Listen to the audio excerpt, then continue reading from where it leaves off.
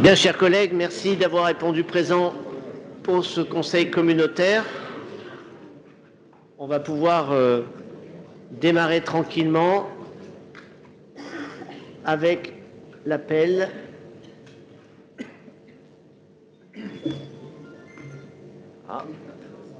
Voilà, il rappellera un peu plus tard. Patrick Romestin. Bonsoir à toutes et à tous. Alban Fontenil. Simone Christin Lafont a donné pouvoir à Nicole Giraudon. Jean-Claude Garde. Quentin Paquet. Robert Rogeff. Anne Jean-Jean a donné pouvoir à Robert Rogeff. Clément Gaumont. Claudine Cour a donné pouvoir à Pierre Giraud. André Gay. Thierry Deville. Hervé Bru. Christine Bertin. Serge Desrory. Frédéric Serret. Marie-Thérèse Giry. Sylvie Genebrier. Alféo Guillotot, Valérie Goudfard, Pierre Giraud, Patrice Couchot, Marc Pellardi, Christiane Brunjari, suppléant Bruno Loubatière. Merci. Roland Bost,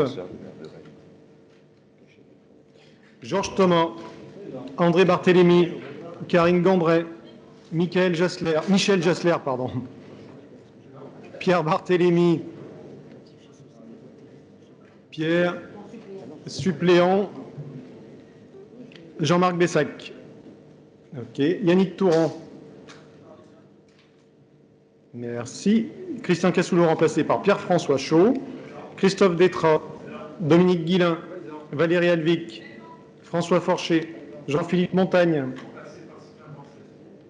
Merci. Pascal Roche a donné pouvoir à David Sari, Serge Grandjean, Thierry Chavaran, Jean-Claude Pellegris, Bernard Tranchant, Marie-Gabrielle Pfister, Thierry Missonnier, Patrick Romestin présent, Alain Limousin, Roland Bonnefoy, Thierry Goubi. Merci. Pierre Verdier.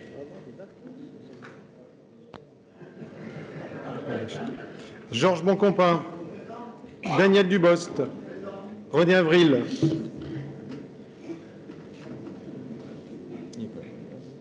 Bernard Coutançon, Christophe Basile, Christiane Bayet, Abderrahim Bentayeb, Jean-Yves Bonnefoy, Pierre Contrino a donné pouvoir à Jean-Paul Forestier, Bernard Cotier, Géraldine Dergelet a donné pouvoir à Catherine Doublet, Jean-Marc Dufix, Jean-Paul Forestier, Cindy Giardina, Martine Grivillers a donné pouvoir à Cindy Giardina, Cécile Mariette, Gérard Vernet, Martine Matra a donné pouvoir à Jean-Claude Garde, Stéphanie Fayard, Julien Degout, Gérard Barou, Michel Robin remplacé par Jocelyne Barrier, Pierre Garbil, Monique Ray excusée, Christelle Masson excusée, Stéphanie Bouchard remplacée par Nicolas Roland, Patrick Ledieu, Joël Épinat, Marc Archer a donné pouvoir à Rachel Meunier-Favier, David Sari, Michel Jourjon, David Buisson, Frédéric Millet, Nicole Giraudon, Jean-Luc Daval-Pommier, Evelyne Chouvier, Paul Duchamp, Olivier Joly, Jean-Pierre Bras, Jean-Baptiste Chaussy a donné pouvoir à Flora Gauthier, Béatrice Dauphin, René Françon, Flora Gauthier, Alain Laurendon, Nathalie Legal a donné pouvoir à Pascal Pelou, Gilbert Lorenzi a donné pouvoir à Alain Laurendon, François Madvet, Pascal Pelou, Ghislaine Poyet a donné pouvoir à Béatrice Dauphin, Carole Tavitin a donné pouvoir à François Madvet, Gilles Thomas, Éric Lardon a donné pouvoir à Marcel Jouara, Martine Charles, Marcel Jouara, Stéphane Villard, Rambert Paillard a donné pouvoir à Quentin Paquet, Jean-Marc Dumas, Christian Soulier, Annie Ostar, André Gachet, Jean-Maxence de Monchy,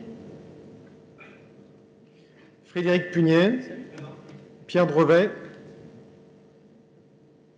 Michael Mieux-Membre, Jean-René Joindel remplacé par Marie-Pierre Barou, Jean-Marc Grange, Marie-Thérèse Gagnère, Christophe Breton a donné pouvoir à Karine Gandray, Julien Ronzier, Yves Martin, Patricia Carrette, Thierry Hareux, Nicole Pinet a donné pouvoir à Yves Martin, Gérard Peslon,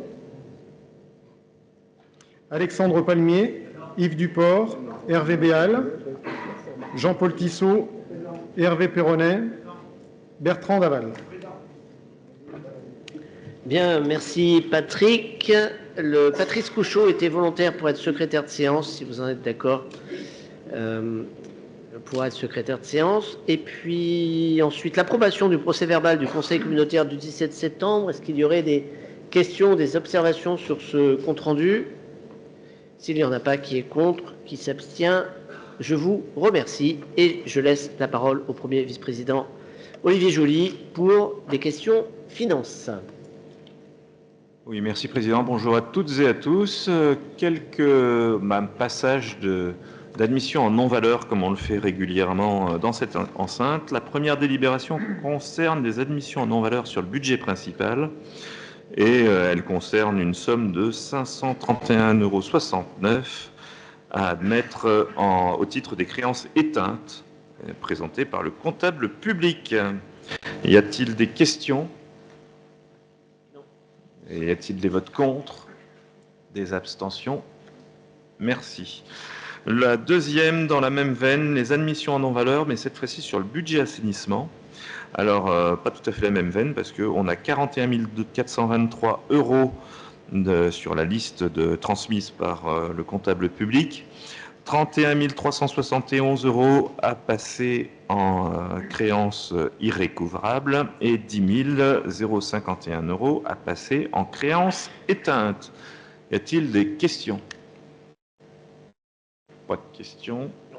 Y aurait-il des votes contre? Des abstentions? J'en profite juste 2 secondes. La créance éteinte, par exemple, c'est quand une entreprise a fait faillite. Elle a fait faillite, elle a déposé le bilan, on ne peut pas récupérer du tout la créance éteinte. Quand la créance est irrécouvrable, c'est par exemple quelqu'un qui a changé d'adresse et on n'arrive pas à retrouver la nouvelle adresse, la créance existe toujours, mais peut-être qu'un jour on pourra la retrouver. Quelqu'un qui est décédé, on recherche dans les héritiers, peut-être que l'héritier, voilà, elle n'est pas éteinte, elle est irrécouvrable à aujourd'hui. Voilà, juste pour donner la différence entre les deux lignes. Sur le budget de l'eau, nous partons sur une liste transmise par le comptable public de l'ordre de 19 487 € et nous avons 12 918 € au titre des créances irrécouvrables et 6 569 € pour les créances éteintes. Y a-t-il des questions? Pas de questions. Y aurait-il des votes contre? Des abstentions? Merci de cette unanimité. Pour les ordures ménagères, nous avons une liste qui s'établit à hauteur de 13 171 €, 7 887 € au titre des créances irrécouvrables et 5 284 € au titre des créances éteintes. Y a-t-il des questions? Pas de questions. On va passer au vote. Qui serait contre? Qui s'abstient? Merci pour cette unanimité. Ensuite, on passe à la délibération numéro 5, voilà, la slide suit, qui concerne une série de décisions modificatives. La première concerne le budget principal. Alors, cette principale modification, déjà sur la section de fonctionnement qui s'équilibre à 314 459 €, concerne les inscriptions de recettes fiscales notifiées, et notamment les un peu plus de 77 000 € que nous avons reçus au titre du SPIC. On a également diverses inscriptions qui vous étaient notifiées dans l'ordre du jour. On a une augmentation du virement à la section d'investissement de 88 855 €. En section d'investissement, on a quelques ajustements, notamment avec des ajustements sur des opérations du plan de transformation des zones éco, qui s'établit à 94 000 € d'un côté, mais une recette de 75 000 € de l'autre. On a des travaux de voirie pour 110 000 €, quelques ajustements d'opérations, notamment sur la piscine Aqualutte pour 56 000 €. Et tout ça, et puis également quelques opérations aussi sur le petit bois. Et tout ça aussi pour nous amener à une diminution de l'emprunt de 770 000 €. Y a-t-il des questions sur cette décision modificative? Pas de questions. Y aurait-il des votes contre? Des abstentions? Merci pour cette DM. Celle qui suit concerne l'assainissement, avec notamment en fonctionnement quelques régularisations sur les redevances de modernisation de réseau, quelques conventions de transfert pour 35 000 €, également des réductions de dépenses sur le chapitre 11 qui, je vous le rappelle, sont les dépenses à caractère général pour 208 000 euros et pour nous amener à une hausse au virement de la section d'investissement pour 23 000 euros. Côté section d'investissement, quelques écritures également de convention de transfert, quelques régularisations d'écriture d'ordre et quelques ajustements par rapport à des annulations de titres sur l'exercice antérieur. Tout cela pour s'équilibrer à hauteur de 119 000 euros sur le budget d'investissement. Y a-t-il des questions? S'il n'y a pas de questions, on va passer au vote. Qui serait contre? Qui s'abstient? Merci. Sur le budget eau potable, donc décision modificative sur la section de fonctionnement qui s'équilibre à 51 700 euros, avec notamment l'ajustement des intérêts courus non échus pour 35 000 euros, quelques ajustements aussi pour provisions pour impayés pour 30 000 euros, des ajustements sur des subventions de captage pour 40 000 euros, et une hausse du virement à la section d'investissement pour 55 200 euros. La section d'investissement, justement, s'équilibre à hauteur de 6 986 700 euros, avec notamment des régularisations d'écriture comptable qui intègrent les conventions de transfert pour 6 925 000 euros et quelques régularisations d'amortissement et ajustements divers. Y a-t-il des questions sur cette décision modificative du budget eau potable? Pas de questions. Qui est contre? Qui s'abstient? Merci. Ensuite, la décision modificative de crédit suivante concerne les ordures ménagères, avec essentiellement un ajustement de 602 000 euros sur le chapitre 11 et une hausse à la section d'investissement de 602 000, donc suite à cet ajustement.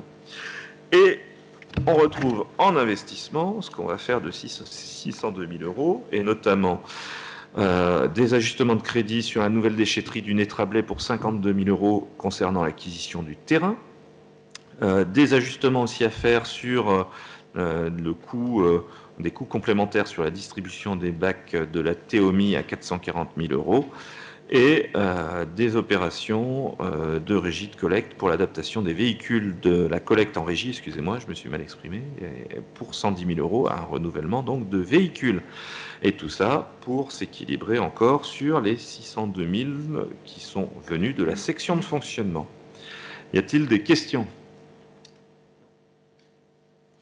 Pas de questions. On va passer au vote. Qui serait contre? Qui s'abstient? Merci pour cette décision modificative. Et la dernière, la 9e, concerne le budget des ateliers partagés. Et en fait, là, c'est un ajustement de crédit pour des cessions d'immobilisation pour 108 000 euros. Et voilà, c'est essentiellement... il y a une question sur les budgets, sur les ateliers partagés. Monsieur Clément Gaumont. Non, il n'y a pas d'autres questions, sinon on va passer au vote. Qui serait contre? Qui s'abstient? Merci pour les sujets finances. Merci Olivier. Et du coup, tu as donné un rythme des délibérations qui était plutôt pas mal. Donc, si les VP pouvaient enchaîner, ça serait bien. Je te donne la parole. Non, si... Président, si vous voulez qu'on ralentisse un peu le rythme, je vous demanderai d'avoir une certaine vigilance sur les budgets, vos budgets communaux, comme on a à avoir la vigilance sur notre budget intercommunal, puisque le budget de la nation sera bientôt voté, qu'on a des épées de Damoclès au-dessus de la tête. À chaque fois, je vous répète la même chose quand on fait notre budget, mais particulièrement, vous avez compris que les EPCI étaient dans le viseur au jour d'aujourd'hui, et que les premières simulations qui pourraient nous être retournées sur des évolutions, si elles s'avéraient confirmées, nous amèneraient à perdre plus d'1 million d'euros sur notre budget intercommunal. Donc je vous invite les prochaines fois, comme le président a attiré l'attention des sénateurs ces derniers jours sur cette difficulté éventuelle, puisqu'on ne sait pas encore à quelle sauce on va être mangé, mais de ne pas hésiter à remonter à nos relais, députés et sénateurs, que ça serait un très mauvais signe envoyé, en tout cas aux investissements de l'EPCI que nous sommes, parce que plus d'1 million d'euros, c'est autant de sous qui ne seront pas injectés dans l'économie locale, dans les entreprises, dans les réalisations qu'on fait. Donc je sais qu'il faut faire des économies, que tout le monde doit s'y mettre, mais sachant faire les économies là où il faut les faire et pas chez ceux qui investissent et font tourner le territoire. Voilà, Président, c'est tout. C'est juste ce que je voulais rajouter. Bah, tu as bien fait de le rajouter. J'ai manqué à tous mes devoirs et j'ai eu des SMS il y a à l'instant, pendant qu'il y avait les présentations. Alors, je m'en excuse, j'utilise mon téléphone pour les SMS, mais je ne pense pas être le seul. Mais en tout cas, c'était utile puisque je n'ai pas présenté la personne qui était derrière moi. Alors, la personne qui est derrière moi n'est pas le nouveau DGS. Voilà. C'est simplement, vous savez que le cabinet de Loire-Forêt Agglomération a toujours eu 2 postes. Vous connaissez bien sûr Boris Besnet, mais le cabinet a mutualisé entre la ville de Montbrison et Loire-Forêt Agglomération. La ville de Montbrison paye une partie des 2 postes, ce qui d'ailleurs n'était pas le cas auparavant, puisque la ville de Montbrison pouvait avoir son propre poste de cabinet. Donc là, aujourd'hui, on a 2 postes, dont une partie sont financés par la ville pour le mutualiser. Kevin était l'ancien chargé de projet cœur de ville de la ville de Montbrison. Il se trouve que Boris s'est fracturé la malléole du pied droit et il est dans le plâtre, il nous écoute, il est en visio là actuellement, et il est dans le plâtre pendant 45 jours, enfin 30 ou 45. Alors le vétérinaire aurait tendance à dire 3 semaines, mais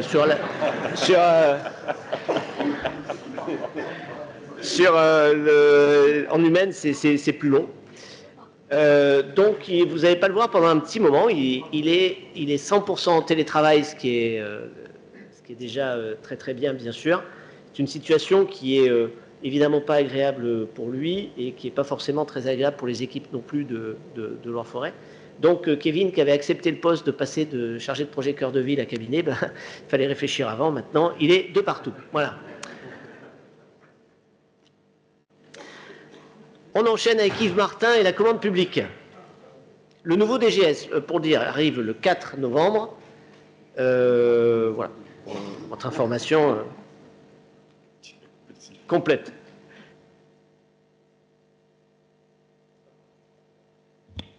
Bien, bonsoir à toutes et tous. Quand j'entends ces propos, j'ai bien fait d'arrêter le sport si je ne voulais pas aller voir le vétérinaire. Vous l'aurez compris. Merci, Président, de me donner la parole. 3 marchés au programme de ce soir. Le premier est le marché de maîtrise d'œuvre pour la réalisation de travaux de réhabilitation et de conservation du château de Goutte-Plat, situé sur la commune de Marcoux. Le marché commence à compter de la date de notification pour une durée prévisionnelle d'exécution de 40 mois. Donc, il sera sur 2 mandats, vous l'aurez compris. 13 plis sont parvenus en réponse à la consultation. 3 candidatures ont été admises et déclarées conformes. Le montant du marché est estimé à 260 000 € hors taxes. Le château va rester en fonctionnement pendant les travaux et donc il faudra planifier un petit peu toutes les activités qui s'y déroulent. Les critères de jugement des offres sont le prix 40% et la valeur technique 60%. Il vous est demandé d'attribuer la mission de maîtrise d'œuvre au groupement Atelier Charlène Haas et compagnie, situé à Lyon, pour la somme de, pour un montant global et forfaitaire de 220 804,35 € hors taxes.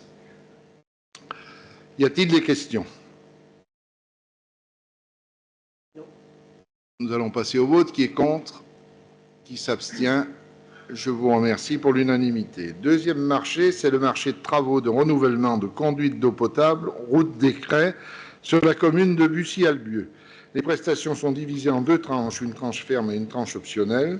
6 plis sont parvenus en réponse à la consultation et ont été déclarés conformes. Le montant du marché est estimé à 358 522 € hors taxes pour les 2 tranches, à savoir la tranche ferme 203 446 € hors taxes et la tranche optionnelle 155 076 € hors taxes.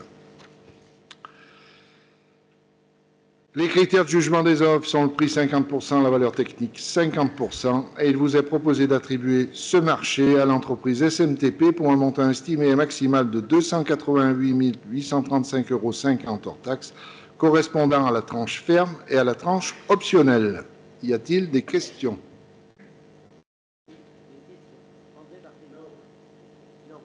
C'est une erreur. Bien, nous passons au vote. Qui est contre? Qui s'abstient? Je vous remercie pour l'unanimité. Dernier marché, marché de révision de plan de valorisation de l'architecture et du patrimoine de 2 sites patrimoniaux remarquables, création de 24 périmètres délimités des abords, diagnostics patrimoniaux pour les 24 futures orientations d'aménagement et de programmation patrimoniale. La consultation contient 2 lots. Le lot numéro 1, révision des plans de valorisation de l'architecture et du patrimoine des sites patrimoniaux remarquables des communes de Chandieu et Saint-Bonnet-de-Château. Et le lot 2, réalisation de diagnostics ayant pour but la création de 24 périmètres délimités des abords et réalisation de diagnostics patrimoniaux pour les 24 futures orientations d'aménagement et de programmation patrimoniale. Le lot numéro 1 comporte une tranche ferme et 2 tranches optionnelles. Le lot numéro 2 ne comporte aucune tranche. Avec des propositions de Les propositions de variantes sont autorisées sur les 2 lots. Le marché commence à compter de la date de notification pour une durée de 48 mois pour le lot numéro 1 et 24 mois pour le lot numéro 2. Alors, le montant du marché est estimé à 92 000 € pour le lot numéro 1 et à 192 000 € hors taxes aussi pour le lot numéro 2. Le lot numéro 1 doit être déclaré sans suite pour motif d'infructuosité car aucune candidature ni aucune offre n'ont été reçues dans les délais. Il vous est proposé d'attribuer donc le lot numéro 2 au groupement Graal Conseil Arthur Rémy Urbanisme Paysage pour un montant de 90 325 € hors taxes sur la base des critères de jugement des offres, le prix 40% et la valeur technique 60%. Y a-t-il des questions? Nous passons au vote. Qui est contre? Qui s'abstient? Je vous remercie pour l'unanimité. Merci Yves d'avoir gardé le rythme. Des sujets ressources humaines avec Patrick Romestin. Allez, tout d'abord, des modifications au niveau du tableau des effectifs avec le poste de responsable des équipements nautiques qui est actuellement ouvert en catégorie A. Ce poste est vacant, donc l'agent qui a été retenu est en catégorie B. Donc la proposition, c'est de supprimer le poste de catégorie A et de créer un poste de catégorie B dans le cadre d'emploi d'éducateur territorial des activités physiques et sportives. Ensuite, pour le poste 413, un poste de technicien électromécanique, c'est le contraire. Le poste est ouvert en catégorie C et au regard de la nouvelle organisation et du recrutement qui est en cours, la proposition, c'est de supprimer ce poste de catégorie C et de le créer en catégorie B dans le cadre d'emploi des techniciens sur l'ensemble des grades. Ensuite, c'est une proposition de création d'un poste de chargé d'opération dans le cadre de l'opération Cœur de Ville.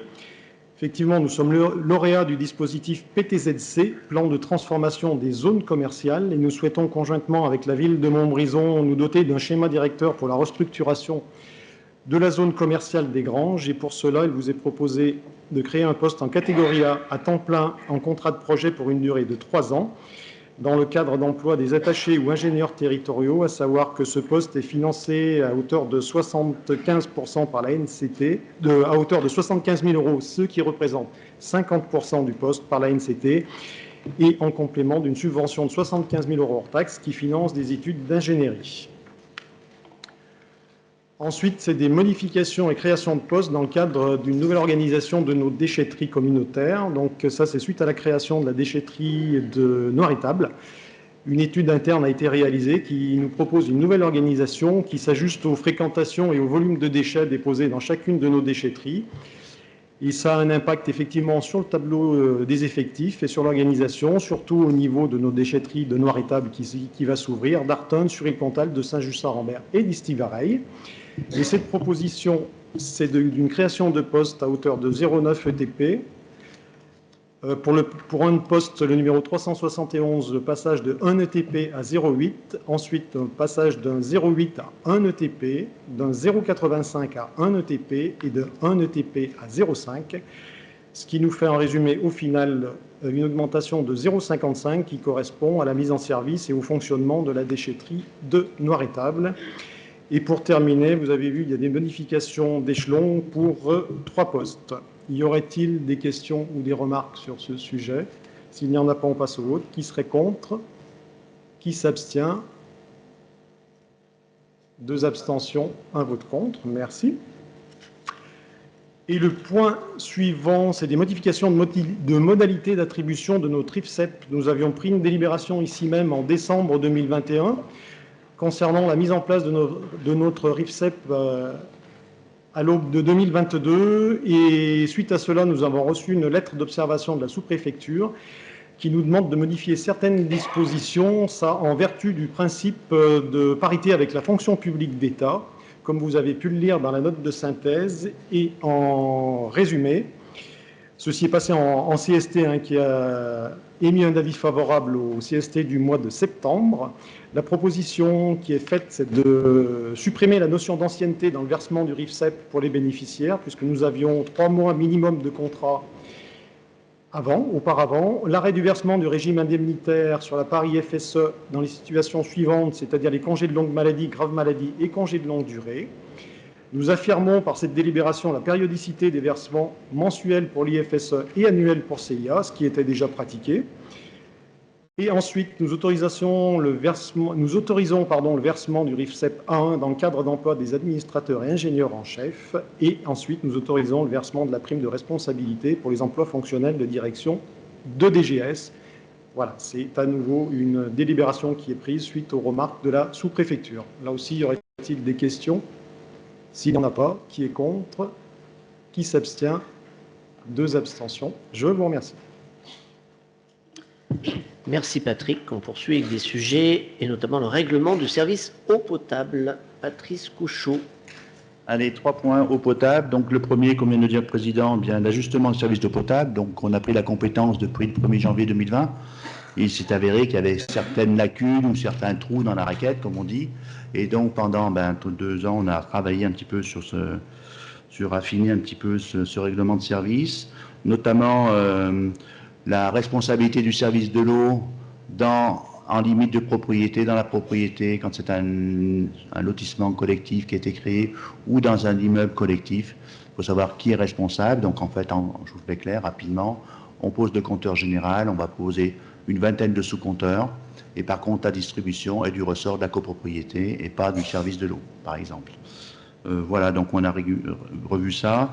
On a vu aussi au niveau de la loi Warsmann aussi, donc des allègements notamment de factures, quand pas forcément la loi Warsmann concerne uniquement les foyers. Là, on a étendu aussi aux entreprises, à n'importe quel abonné. Donc là, on est un peu plus ouvert, un peu plus souple. Donc voilà, on a proposé ceci. On propose aussi des tarifs aussi, notamment quand il y en a des incidents de travaux. Il peut s'avérer qu'un abonné fasse des travaux chez lui en louant une unipelle, il peut arracher la conduite d'eau, il est un peu embêté. Donc le service astreint intervient. Jusqu'à présent, c'était pas forcément facturé. Donc là, on a une liste de travaux qui sont facturables et qui seront facturés demain, donc au prix réel. Donc voilà, donc ça peut être aussi bien pour l'équilibre des comptes de la collectivité. Tout ceci a été présenté en commission consultative des services publics locaux en septembre 2024 et les personnes présentes ont émis un avis favorable. Voilà ce que je peux dire sur l'évolution de ce service, du règlement de service d'eau potable. Est-ce qu'il y aurait des observations ou des remarques? Non, il n'y en a pas. Bon, très bien, donc il faut le faire voter. Est-ce que vous êtes contre? Personne n'est contre. Est-ce qu'il y aura des gens qui s'abstiendraient? Non plus. Je vous remercie pour le travail qui a été effectué. Après approbation de la convention d'occupation de domaine public pour l'exploitation d'équipements de communication électronique à Saint-Étienne-le-Molard. Il s'avère que là aussi c'est pareil, on a un château d'eau qui est visible de toute la plaine à Saint-Étienne-le-Molard où on accueille justement des opérateurs téléphoniques. Donc là il s'agit tout simplement de remettre au goût du jour avec un renouvellement de mise à disposition du domaine public avec la société One Tower France qui s'est substituée à Free Mobile et avec des tarifs qui sont en adéquation au nombre d'opérateurs. Est-ce qu'il y aurait des remarques? Non. Est-ce qu'il y a des gens qui seraient contre, qui s'abstiendraient? Je vous remercie. Et le troisième point, adoption des règles de dégrèvement. Je vous ai parlé dans le règlement de service. En fait, j'avais un peu anticipé. Donc, voilà, c'est une émanation de la Warsmann qui sera proposée aux abonnés privés et aussi aux industriels, sous réserve d'avoir fait les travaux. Et là aussi, c'est un délai un peu plus long jusqu'à présent, on avait un mois on recevait la facture, on avait un mois pour se manifester en disant, il y a un problème. Et souvent, je dis, on a remarqué la surconsommation et le temps que la facture soit éditée, on dépasse les 2 mois, les 1 mois. Donc c'est pour ça qu'on vous propose une période de 2 mois pour que les gens puissent réagir, qu'on soit aussi dans les clous dans notre règlement de service. Est-ce qu'il y aurait des remarques? Non, apparemment. Il y a des gens qui seraient contre, qui s'abstiendraient. Mais écoutez, je vous remercie. J'ai terminé. Voilà. Merci, Patrice. Un sujet mobilité, je vais remplacer Éric Lardon. Je vais essayer de remplacer Éric Lardon. D'ailleurs, je le salue. Je ne sais pas s'il nous écoute. En tout cas, il était avec nous au bureau. Il se remet petit à petit. Ça se répare. Décidément, il y a des problèmes osseux en ce moment. Mais en tout cas, ça se répare. Là, il vous est demandé de voter une demande d'aide financière dans le cadre du fonds vert. Bon, c'est un sujet un peu particulier. Vous savez qu'on développe le covoiturage sur notre territoire, mais là, en l'occurrence, c'est de s'associer avec les communautés de communes et métropoles voisines afin d'améliorer le covoiturage entre, si je résume, entre la Plaine et la métropole stéphanoise. C'est un sujet qui est fortement demandé par l'État et il nous accompagne à hauteur de 40 000 € sur une étude estimée à 50 000. Vous avez la répartition qui est divisée en 4, 12 500 € par EPCI, mais comme il y a 10 000 de l'autre côté, c'est 2 500 € de reste à charge par EPCI. Est-ce qu'il y aurait des questions sur cette demande de financement? Des observations? Qui est contre? Qui s'abstient? Je vous remercie et on enchaîne avec un sujet PAT, projet alimentaire territorial, présenté par David Buisson. Merci Président. Donc 2 sujets ce soir dans le cadre du PAT, un sujet pour aller chercher l'argent et un autre pour en dépenser un petit peu. Le premier sujet, c'est concrètement de passer au niveau 2. Dans le cadre d'un PAT, l'État reconnaît le travail qui est fait par les collectivités locales.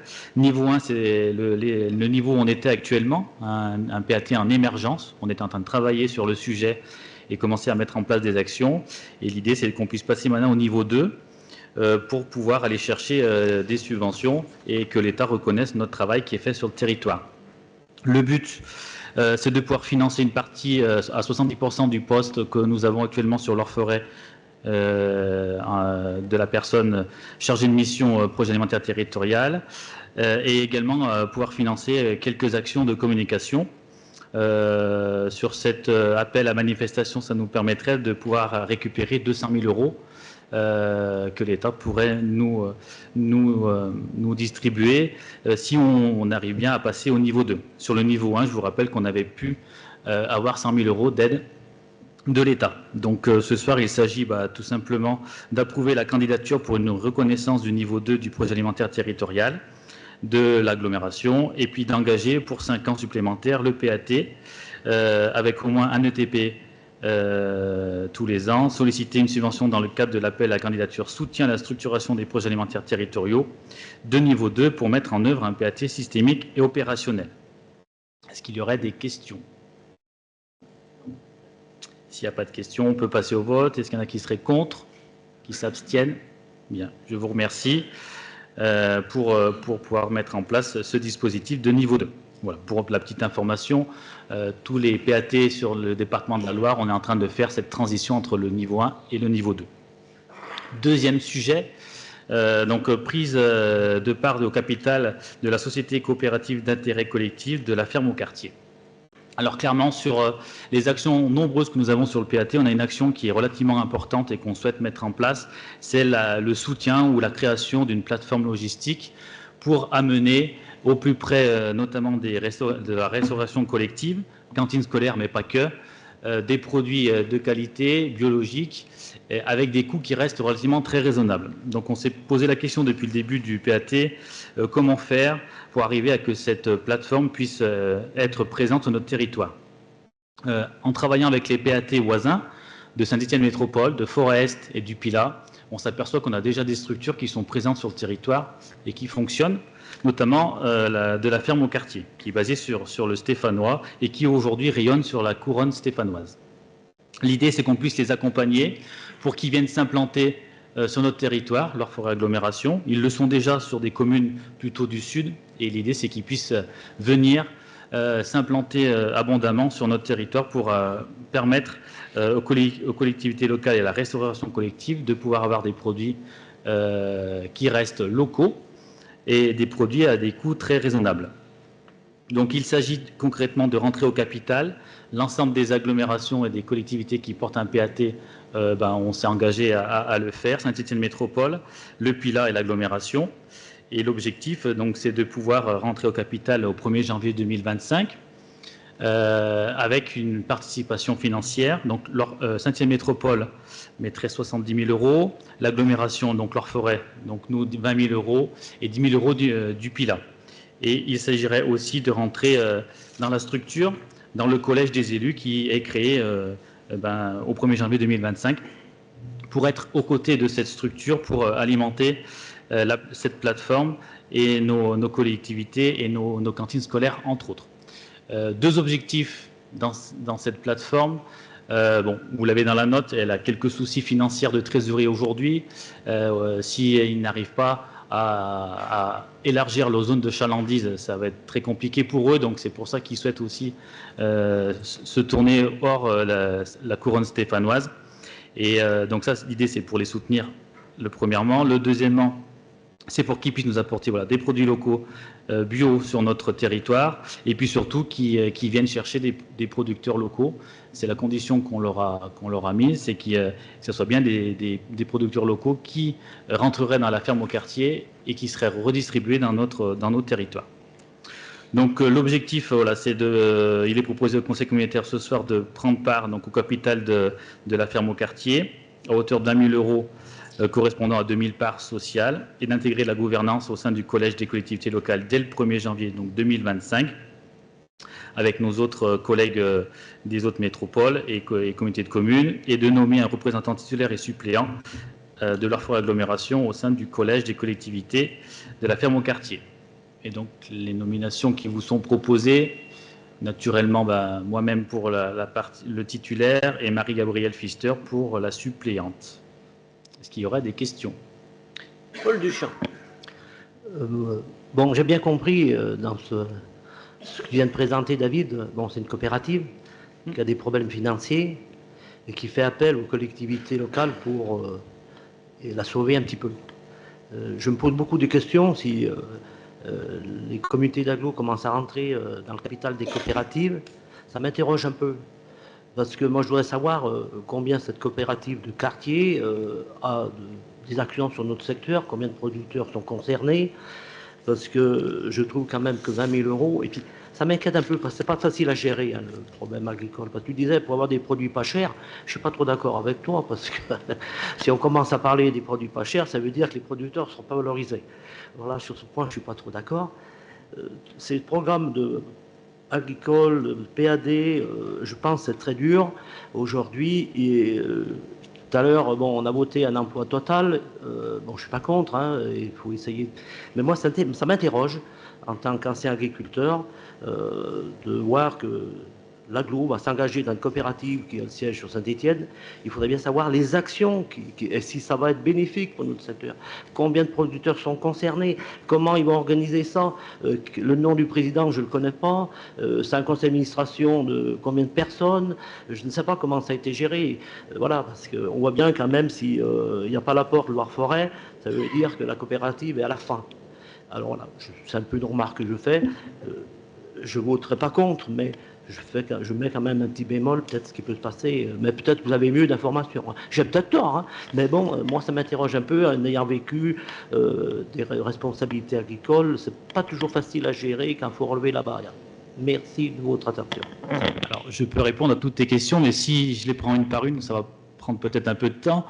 Alors, ça fait déjà depuis début d'année qu'on travaille avec les autres territoires et avec la ferme au quartier pour arriver à cette situation. Aujourd'hui, leur politique, elle est très claire, c'est de valoriser le travail de l'agriculteur.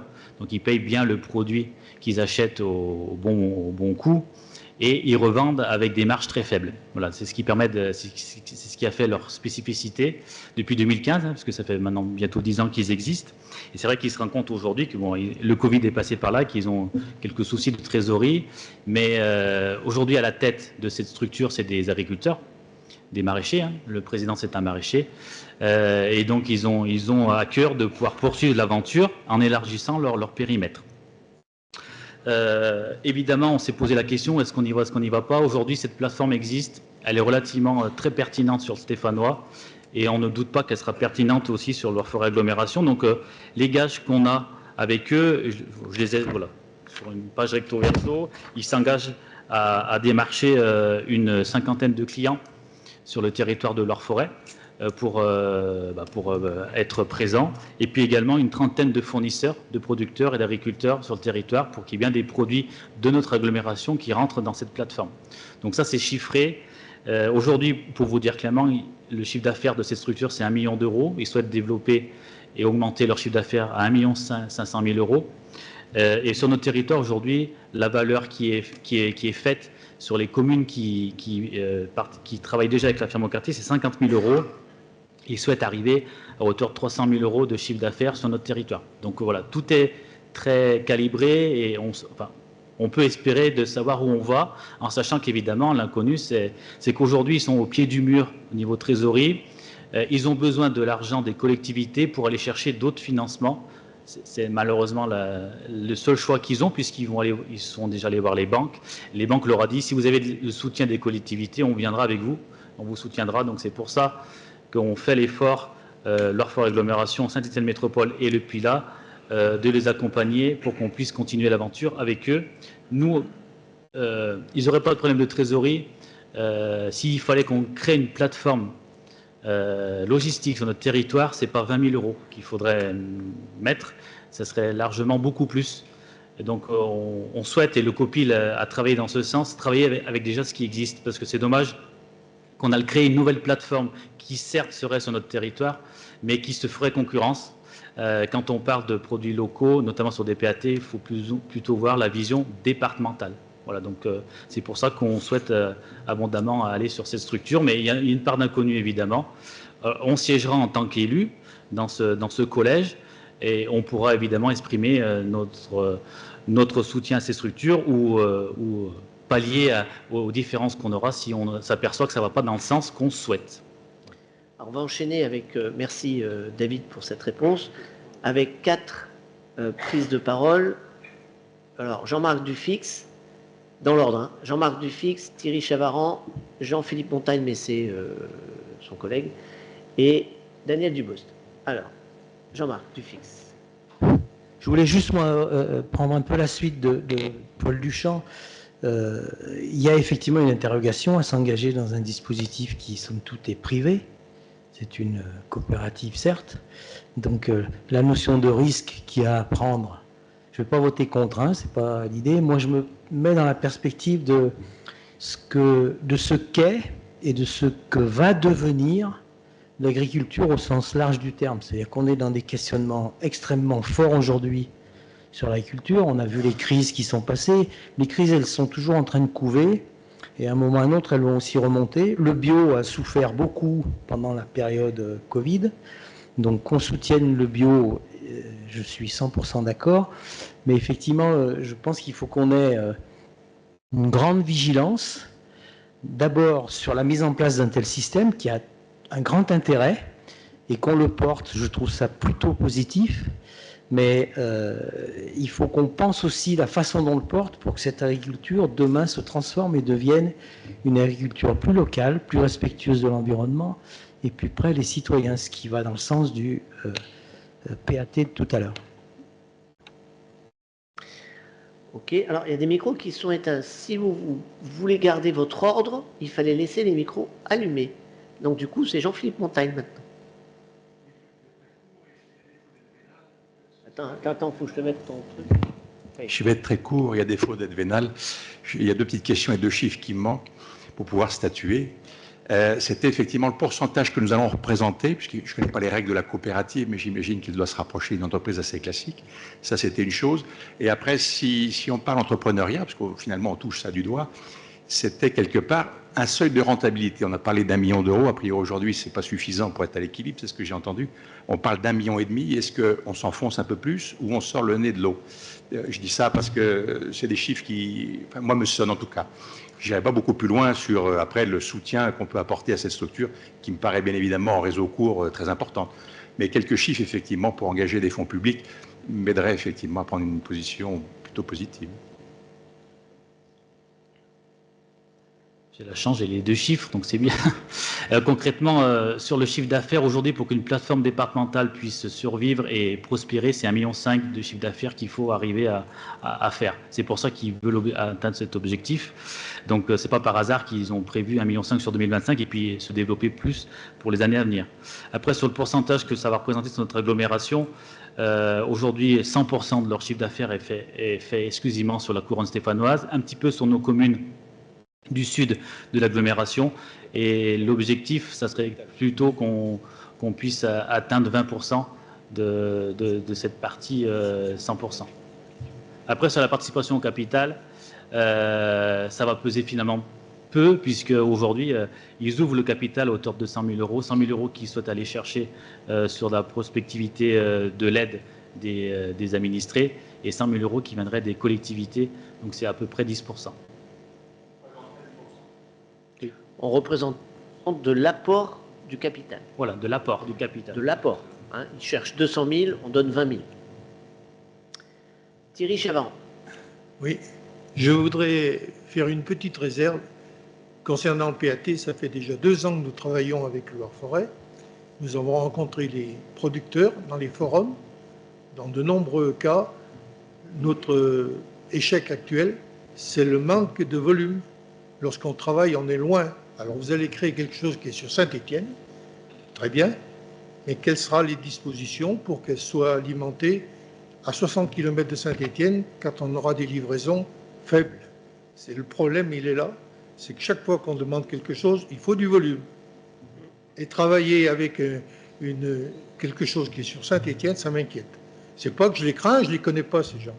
Mais pour l'instant, on a des producteurs de la plaine déjà qui ont des difficultés à se déplacer à 25 km pour nous fournir. Donc, est-ce qu'il y aura des moyens, nos 2 personnes de Loire-Forêt qui sont présentes, pour agir, pour qu'ils puissent nous livrer dans des quantités? Pour l'instant, on est livré, vous le savez très bien, souvent par des RHD, par des grands groupes là, qui vous livrent avec des camions. Tout est organisé, mais là, il faut organiser quelque chose pour les produits. On est pour consommer le fromage, les légumes, la viande et tout local, mais donnez-nous les moyens pour aller jusqu'à Chine. Bon, ben, on va se rejoindre puisque c'est l'objectif. L'objectif, c'est qu'on puisse clairement faire un maillage du territoire avec un transport qui permettra d'alimenter certes les grosses structures, mais aussi les toutes petites, puisque c'est bien la volonté. Quand on a créé le PAT, on avait un banc d'essai qui s'appelait structuration d'une plateforme pour essentiellement les petites cantines. Donc c'est bien un objectif qui est principal. Et on ira sur l'ensemble du territoire. C'est un objectif qu'on s'est fixé avec la ferme au quartier, qui puisse alimenter toutes les cantines, même celles qui sont au nord de notre territoire. Oui, ça rejoint un peu ce qui a été dit. 1 million d'euros de chiffre d'affaires, c'est une chose, mais quel est le bénéfice? Depuis combien de temps, semble-t-il, ils sont en difficulté? Quel est le modèle économique qu'il y a derrière? Parce que en matière de logistique, ce qui coûte cher, c'est les ruptures de charge. C'est chaque fois qu'on s'arrête, qu'on décharge et qu'on recharge. C'est ça qui coûte cher. Donc, peut-être d'être extrêmement vigilant sur ça. C'est bien beau de mettre de l'argent, mais si pour gagner 100, on dépense 120, le modèle n'est pas tenable, quoi. Voilà. Aujourd'hui, c'est une structure à 11 personnes, équivalent temps plein. C'est vrai qu'il faut se dire que si aujourd'hui on ne les accompagne pas et si ils n'ont pas leur chiffre d'affaires, avec à peu près 16% de marge qu'ils ont sur chaque produit, c'est compliqué. Donc c'est sûr qu'ils ont besoin de nous, mais on a aussi besoin d'eux. Et c'est pour ça que le partenariat qu'on va faire ensemble, je pense qu'il va être gagnant-gagnant. Alors on s'est posé la question, clairement, ça a été évoqué. le fait qu'on accompagne une structure qui n'est pas sur notre territoire. Et on s'est dit, est-ce qu'on y va, est-ce qu'on n'y va pas? Mais elle est existante, elle n'est pas très loin de chez nous, et on aurait eu à créer, je le redis encore une fois, mais que vous comprenez bien, à créer une structure sur notre territoire, c'était largement un zéro de plus qu'il fallait mettre, et pas sûr qu'elle soit rentable avec des structures qui sont à côté. Après, sur les chiffres très spécifiques de marge et de taux au niveau de la ferme au quartier, on les a, mais là, je ne les ai pas sous les yeux. Mais je pourrais te les donner. Mais l'objectif pour eux, de toute façon, c'est qu'ils puissent se maintenir. Et l'après-Covid a été compliqué pour eux. Et ils souhaitent se recentrer, parce qu'ils ont un magasin de producteurs sur Saint-Étienne qui fonctionne plus ou moins bien, qui a bien fonctionné jusqu'à maintenant, mais qui c'est compliqué. Ils souhaitent vraiment se recentrer sur la restauration collective. C'est leur objectif. Et finalement, nous, ça nous convient, puisque c'est ce qu'on souhaite mettre en place sur notre territoire. Bon, c'est la dernière fois que j'interviens sur ce dossier, bien sûr. Bon, je crois que c'est très compliqué aujourd'hui avec les produits bio, parce qu'il faut que les producteurs vendent cher, il faut être clair, parce qu'ils produisent moins. Les collectivités locales ne veulent pas acheter trop cher non plus, parce que c'est tout qui augmente les cantines. Les parents ne veulent pas payer, tout le monde paye une marge. C'est un cercle vicieux. Voilà, c'est vraiment compliqué. Il y a juste une question que je voudrais poser, moi, à ce sujet de ce projet qui concerne quand même l'agriculture. Je pense travailler avec les organisations agricoles du département, tous les syndicats confondus, et la Chambre d'agriculture. Je voudrais savoir la position que vous avez par rapport à ça, par rapport aux organisations agricoles du département. Si tu parles de la Chambre d'agriculture, on travaille avec eux, ils nous suivent depuis le début, ils sont dans toutes les instances du PAT, jeunes agriculteurs compris, et on est en train de travailler avec eux pour la transmission reprise de notre territoire, puisque vous savez que les agriculteurs, on en a beaucoup qui arrivent bientôt à la retraite, et il faut pouvoir que ces exploitations puissent être reprises dans de bonnes conditions, et on a un travail en cours avec la Chambre pour axer sur un territoire, pas sur l'ensemble de l'agglomération, parce que ça sera très coûteux, mais sur une partie du territoire où c'est problématique, où si on ne fait rien, ou si on ne se pose pas les bonnes questions, dans quelques années, on aura peut-être plus d'agriculteurs. Donc, si on veut maintenir l'alimentation locale, il faut bien que la base, c'est les agriculteurs. Donc, ce travail est en cours. Il sera sûrement soumis au vote du Conseil communautaire dans les mois qui arrivent. Mais on va se revoir d'ici la fin de l'année avec la Chambre d'agriculture pour élaborer ce projet de transmission reprise dans le cadre du projet alimentaire territorial. Voilà, donc, enfin, voilà, que ce soit la Chambre d'agriculture, l'ADR, et les jeunes agriculteurs, ils ont toujours été associés depuis le début à nos PAT. Alors, ça n'a pas toujours été avec, je ne sais pas comment je vais dire ça, mais avec des situations positives, puisque voilà, on nous a reproché beaucoup de choses. Mais aujourd'hui, les actions sont en train de se mettre en place sur le territoire. Et je suis convaincu qu'une fois qu'elles auront porté leurs fruits, on aura d'autres discours. Oui, moi j'ai juste une question. J'entends qu'on va se positionner pour 10% sur cet investissement. Qu'est-ce qui va se passer s'il n'arrive pas à récupérer les 90 autres %? Quelle va être notre position? On est en train de voter en même temps. Saint-Étienne Métropole vote jeudi, donc c'est demain, pour les 70 000 €. Et le PILA, ça sera plutôt d'ici la fin de l'année. Donc, on va dire qu'on est les premiers à acter ces 20 000 €, mais dans la foulée, il n'y a pas de raison que Saint-Étienne Métropole n'acte pas demain, et le PILA d'ici le mois de novembre sur ces 100 000 € que la ferme au quartier attend des collectivités. Eh bien, merci pour ce débat et ces questions et ces réponses. Merci David, puisque les réponses ont été assez précises et ce débat que vous avez soulevé n'est ni plus ni moins qu'un débat qui a été régulièrement alimenté, que ce soit au COPIL ou que ce soit au bureau et que ce soit dans les échanges que j'ai pu avoir avec David. Donc, merci d'avoir posé toutes ces questions. Simplement, si vous me permettez, je voudrais toujours qu'on compare des situations ou le choix que nous avons à faire à qu'est-ce qui se passe si on ne le fait pas. En fait, la situation, c'est toujours ça, une proposition, c'est quelle est l'alternative. L'alternative locale, quand on voit la difficulté de rentabilité de ce système, eh bien, c'est que peut-être qu'effectivement, il faut regarder à l'échelle départementale et que notre territoire ne se suffit pas forcément. Vous me connaissez assez pour savoir que je ne suis pas toujours plein d'allant quand il s'agit de de partenariat. Enfin bref, on est assez chauvin chez nous pour se dire que bon. Sauf que ça a quand même été regardé. Et puis, quel est l'enjeu?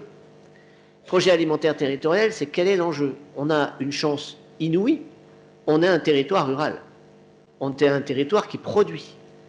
Et dans quelques années, je pense qu'on va nous demander de produire pour les autres alors qu'on aura tendance à vouloir produire que pour nous. Sauf que nos filières sont organisées pour produire pour les autres aujourd'hui.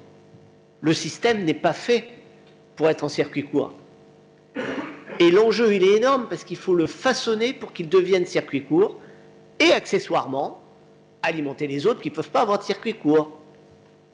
Et je ne pense pas forcément aux Stéphanois, je pense aux Lyonnais. Moi, on ne m'enlèvera pas de l'idée d'une séance, d'une séquence où j'étais dans un interscot, vous voyez, pas le SCOT, c'est l'interscot, où une vice-présidence de Lyon expliquait qu'on était ceux qui devaient nourrir les Lyonnais et qu'il fallait donc qu'on n'ait plus de développement ni économique ni de l'habitat parce qu'il fallait garder toutes les terres agricoles. On revient aux temps féodaux où le roi il avait ses paysans qui fabriquaient et qui voilà.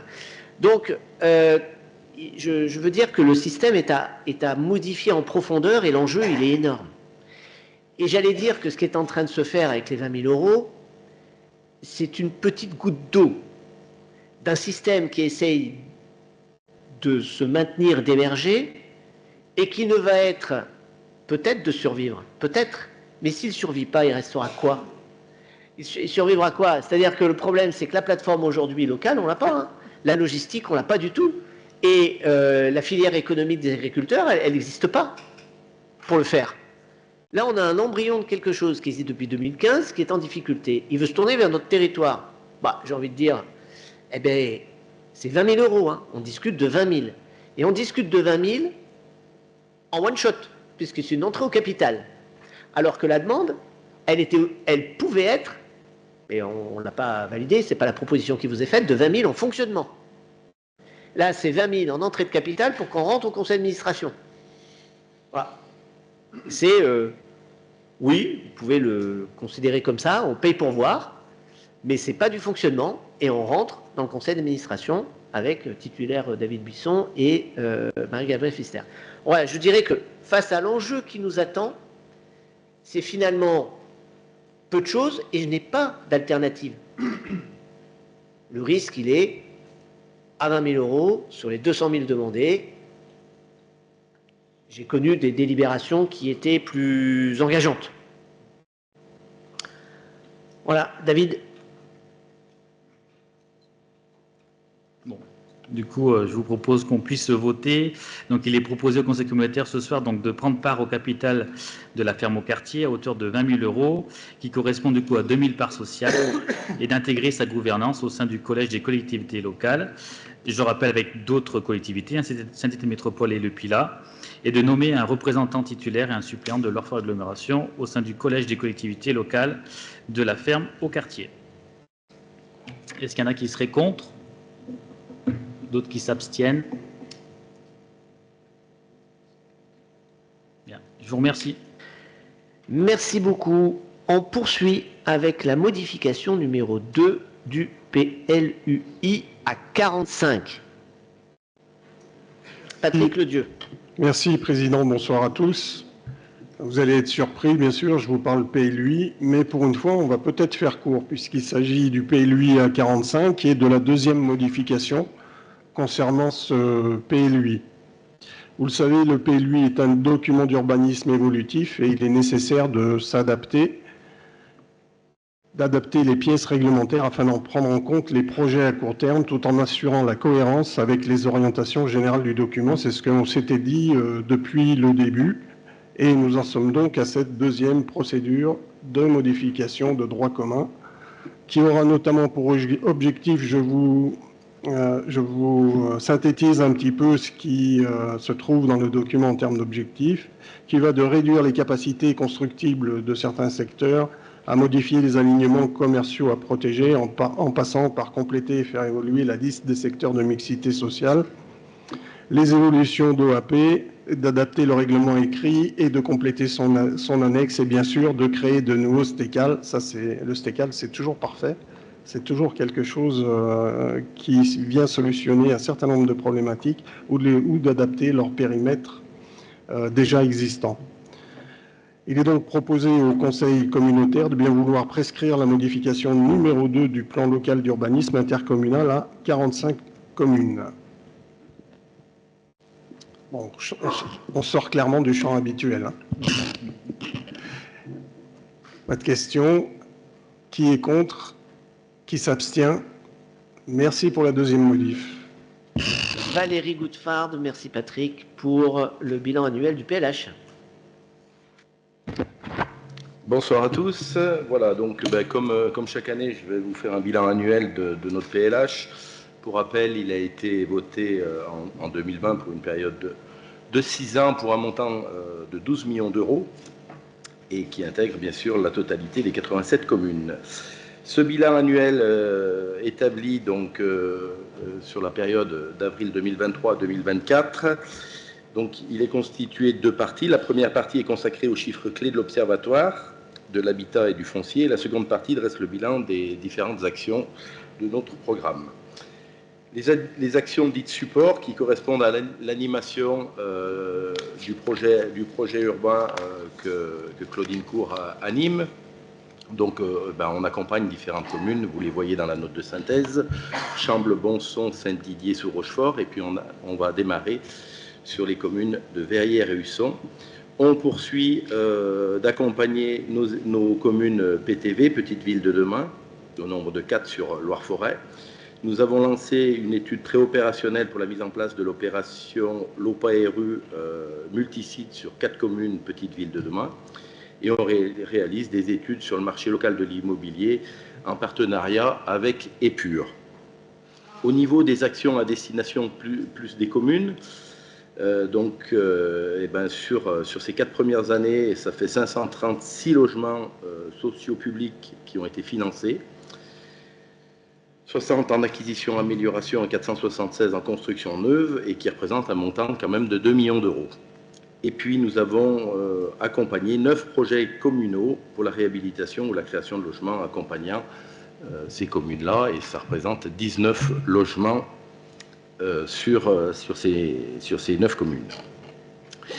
Et puis depuis le 1er janvier 2024, nous avons créé et soutenu la production de la réhabilitation de logements à destination des seniors, suite aux différentes études que nous avions menées en 2022. Donc on a pu recalibrer des actions à destination des seniors. Et voilà. Les actions à destination des ménages, vous voyez, 837 projets d'amélioration du parc privé ont pu être soutenus pour un montant d'1 300 000 euros. Voilà, sur la même période, 972 dossiers ont pu bénéficier d'un bonus performance énergétique pour pratiquement 900 000 euros. Et puis, depuis le 1er janvier 2024, une aide spécifique à la sortie de la vacance a été introduite, toujours pareil par rapport à différentes études. Et à ce jour, nous avons 18 porteurs de projets répartis sur l'ensemble du territoire qui ont pu bénéficier de cette aide et qui représentent un montant de 93 000 euros. Voilà, le PLH y vit, on modifie les actions en fonction de nos études et des remontées de terrain, des demandes des communes. Voilà, on adapte au mieux. Vous avez vu, on a présenté plusieurs fois des modifications depuis 2020. Donc, voilà ce que je peux vous dire ce soir sur le bilan du PLH. Après, on pourrait y passer toute la nuit si vous voulez, mais je pense que vous avez envie de rentrer vite chez vous et pas entendre parler de PLH toute la soirée. Donc, est-ce qu'il y a des questions? Oui, juste une remarque, mais quand on regarde les actions qui ont été engagées, aujourd'hui, on se rend compte que, notamment, les actions à destination des ménages sont celles qui présentent le moins de consommation. Donc, la question, c'est est-ce que c'est une méconnaissance? Est-ce qu'il ne faudrait pas, à ce moment-là, axer aussi un peu sur la communication? Parce qu'il y a quand même 37% d'actions à destination des ménages par rapport aux communes ou aux actions support qui généralement ont des services qui sont mieux informés. Et donc on peut peut-être forcer la communication en direction des ménages. La communication, elle est essentielle, elle est de tous les jours. Voilà, il faut que tout le monde en soit les ambassadeurs. Il n'y a aucun souci de ce côté-là. Faut communiquer pour faire connaître et pas passer à côté de ces aides. Le montant, il est un petit peu plus faible aussi parce que là, on concerne essentiellement les aides de PIG, donc les ménages les plus modestes. Voilà, donc qu'on accompagne avec notre prestataire, donc qui est la Solia. Et après, voilà, tous les logements qui sont, enfin tous les ménages qui sont du droit commun vont via Rénovaction, donc voilà, sont comptabilisés différemment. C'est essentiellement pour ça. Mais la communication reste importante et on a nos collègues de la presse qui s'en chargent et qui s'en chargeront évidemment. Autre chose ? Tu l'as dit, Valérie, la communication, c'est l'affaire de tous. Moi, je voudrais que, au-delà du pourcentage, et je rejoins le pourcentage finalement assez faible de 37% par rapport aux deux autres, moi, je retiens surtout 12 500 000 € du budget de Loire-Foire Agglomération, budget général consacré à l'habitat. Ce PLH, il existait avant que je sois président et Claudine Cour le portait, aujourd'hui c'est Valérie Goutfard. Il est exemplaire à l'échelle régionale. Interrogé autour qui accorde 12 500 000 € de budget à la rénovation de l'habitat, que ce soit pour les communes ou pour les ménages, eh bien, il n'y en a pas beaucoup. Donc, effectivement, peut-être que le 7 millions en direction des ménages les plus défavorisés, parce que ce sont ceux qui ont les ressources les plus faibles, est peut-être trop ambitieux, parce que derrière, il faut les payer, ces travaux. Et outre la communication, on met en place aujourd'hui des systèmes qui font des avances pour qu'ils payent les travaux, pour que ces travaux, une fois réalisés, réalisent des économies de consommation énergétique qui payent finalement l'avance qui a été faite. Donc c'est pas si simple que ça à mettre en place. En tout cas, la volonté est là et c'est 2,6 millions qui ont été distribués. C'est un bilan plutôt excellent. C'est des montants relativement conséquents. J'allais dire, pourvu qu'on continue d'avoir cette possibilité d'aller aider nos concitoyens et les communes dans la politique publique de reconquête des logements vacants. Il y a un certain nombre je crois que c'est 23 ou 27 communes qui ont bénéficié d'une aide pour la reconquête du logement vacant. Et dans le lot, il y a des petites communes. J'ai en tête celle qui a eu énormément de budget, c'est Saint-Just-en-Bas. Il sait faire, hein, il sait faire. Mais 25 000, c'est énorme. Mais c'est mérité, il n'y a pas de problème. Mais tout ça pour dire que c'est vraiment un programme extrêmement ambitieux qui n'existe pas partout. C'est 12 millions d'euros sur 6 ans, c'est 2 millions par an. Voilà, très concrètement, les habitants de LFA et les communes de LFA peuvent se satisfaire de ce choix. Il faut savoir que le pourcentage de consommation augmente, c'est-à-dire que la communication s'installe. Valérie et Claudine font ce qu'il faut, il y a un guichet unique, voilà, ça finit par entrer dans les mœurs, et c'est vrai que c'est de plus en plus connu, ce qui veut dire que ça sera de plus en plus consommé, et alors qu'auparavant on avait un atterrissage qui était plutôt toujours... ça donnait un peu du baume au cœur, parce que finalement sur 12 millions on n'avait pas tout dépensé. Des fois ça fait du bien de ne pas tout dépenser, parce que ça permet de répondre à quelques demandes. Là, voilà, on pourra de moins en moins compter sur des reliquats de PLH. Mais finalement, c'est bien pour nos habitants. Valérie, je ne serai pas plus long. Oui, préciser aussi qu'on a recalibré les montants de subvention. Donc voilà, l'année 2025, reposez-moi la question et j'espère qu'on va améliorer ce taux de 37%.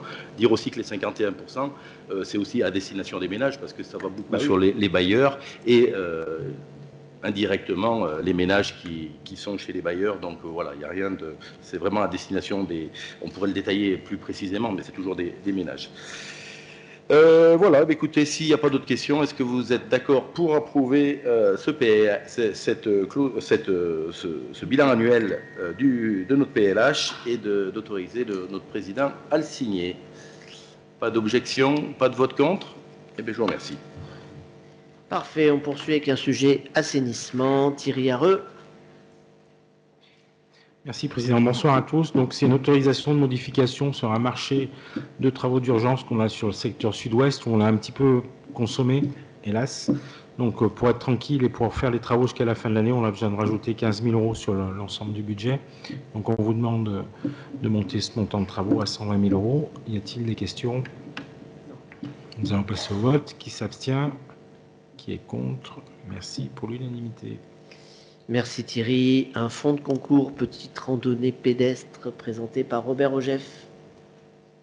Merci Président. Bonsoir chers collègues.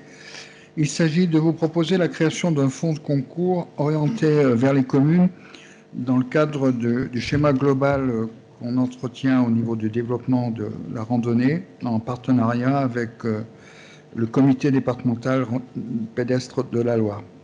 Donc c'est ce qu'on appelle dans le jargon petite randonnée, c'est-à-dire ce sont les sentiers que vous entretenez au niveau de vos communes, que ce soit directement ou à travers éventuellement certaines associations. Donc on lance cet appel à projet pour développer cette offre et puis surtout harmoniser le niveau de qualité des aménagements, faire progresser les équipements aussi, parce qu'on s'aperçoit que, je dirais, sur ce réseau de chemins de randonnée, il y a beaucoup aujourd'hui de solutions, les grandes randonnées de pays, voilà. Et donc, en termes de balisage, il est important pour les gens qui sont hors de notre territoire qu'on ait une certaine harmonisation. On y gagnera en notoriété et en crédibilité. Donc, rien de nouveau sur les règles du fonds de concours, ça concerne les investissements, c'est doté d'une enveloppe de 20 000 €. À noter que les travaux que vous pouviez réaliser en régie au niveau des communes, sous réserve qu'elles respectent l'instruction comptable, vous pouvez la comptabiliser en termes de travaux en régie, section investissement. Voilà, donc ça c'est pour certaines communes, ça peut être aussi une source. Que vous avez dû parcourir la règle générale du fonds de concours appelé Randonnée pédestre 2024.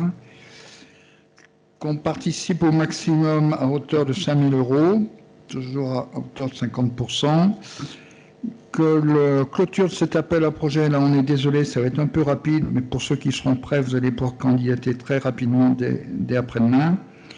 Il va être clôturé le 18-11 et on passera, je dirais, les résultats en conseil communautaire le 17-12. Mais vous avez jusqu'au 31-12-2025 pour réaliser les travaux et fournir tous les justificatifs. On proposera éventuellement de renouveler ce fonds de concours en 2025 avec éventuellement, suivant vos remarques, des améliorations au niveau du règlement. Y a-t-il des questions?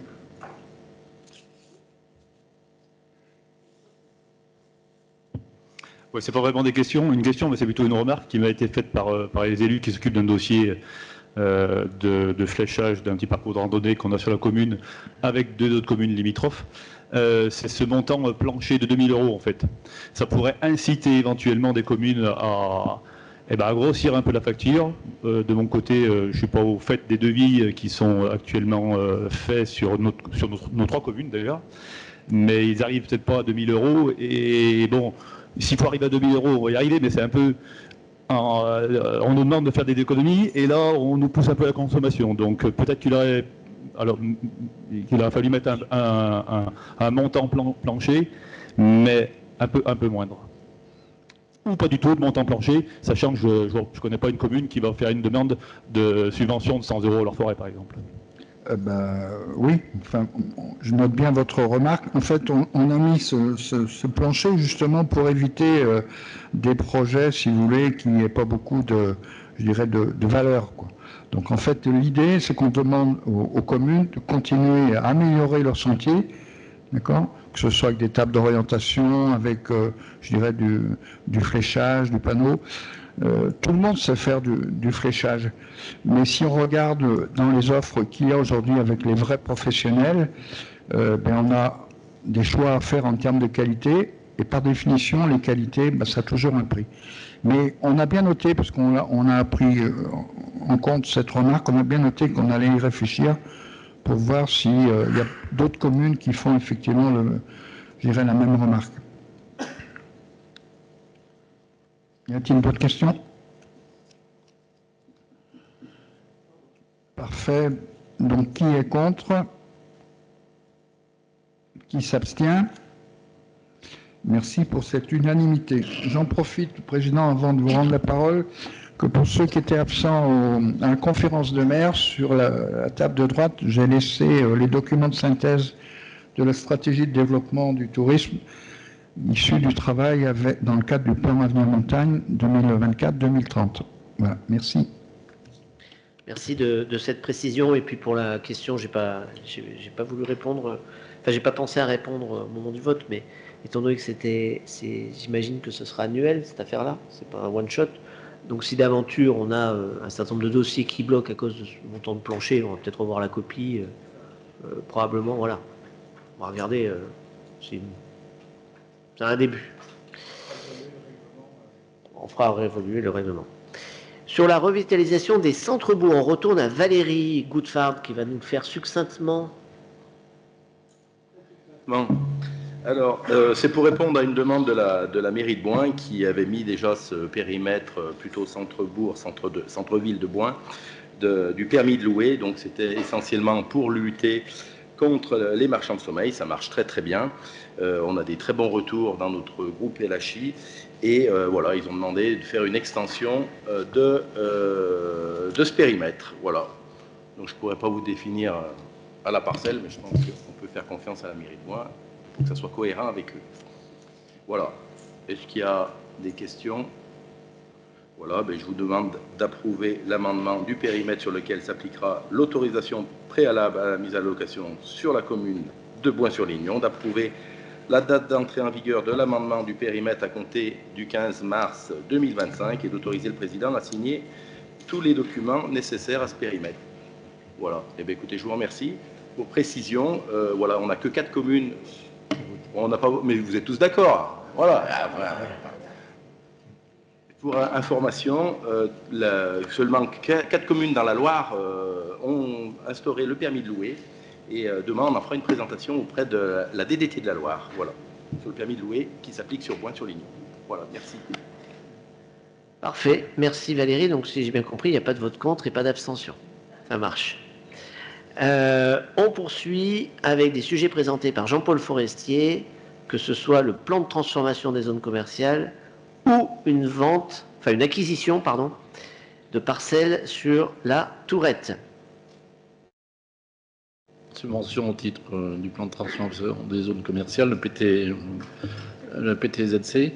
Alors, ça vient compléter un peu la délibération qu'on a présentée en début de séance par Patrick Romestin. Loire-Forêt et la ville de Montbrison ont été retenus comme lauréates en mars 2024 d'un appel à candidature à ce fameux PTZC, lancé en 2023, lancé entre autres par l'Agence nationale de cohésion des territoires. Tout ceci se fait dans le cadre de la convention ERT Action Cordeville. La zone identifiée est la zone des Granges, qui sera le support d'une requalification. Les 2 collectivités bénéficieront d'un accompagnement sur mesure, avec en particulier une aide financière faite par 2 subventions. La première de 75 000 € hors taxe en financement des études, et la deuxième, 75 000 € également en financement d'un poste de chef de projet, pour piloter le projet sur une durée de 3 ans. Y a-t-il des questions? Qui vote contre? Qui s'abstient? Merci. Chapitre économie. Il s'agit de la création de la ZAE secteur de Vaud à la Tourette. L'acquisition de terrain.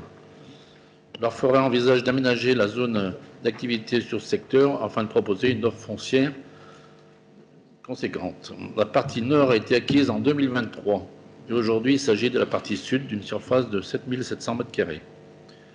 Après négociation, un accord a été trouvé avec le propriétaire, M. Astier, celui-ci conservant une emprise de 1300 m² pour un projet personnel. Le prix reste identique que la partie nord, à savoir 8 €, et il y aura une indemnité d'éviction à l'exploitant du terrain d'un montant de 1 € le mètre². Y a-t-il des questions? Il n'y a pas de questions, mais je peux vous dire qu'il nous a fallu 2 ans pour régler ce sujet, et je tire mon chapeau à Jean-Paul Forestier et au maire Serge Grandjean pour l'avoir fait aboutir.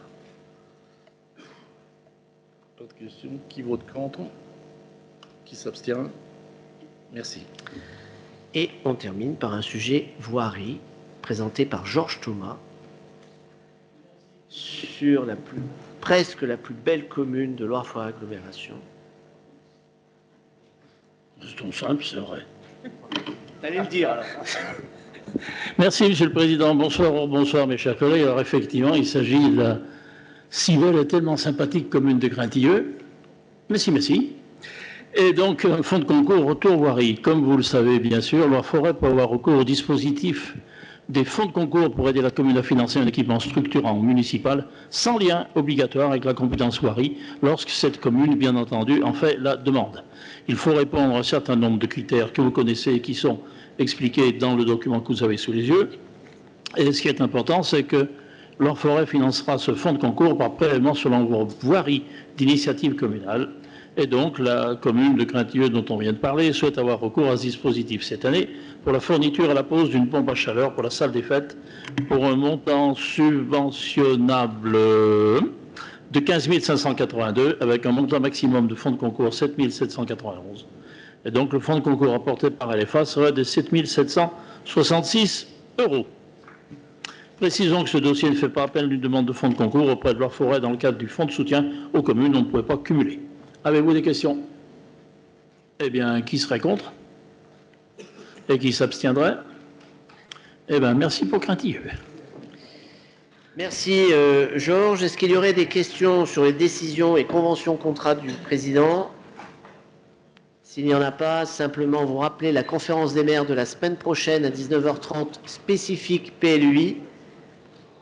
Et je vous invite à y assister. Elle est à nouveau relativement importante.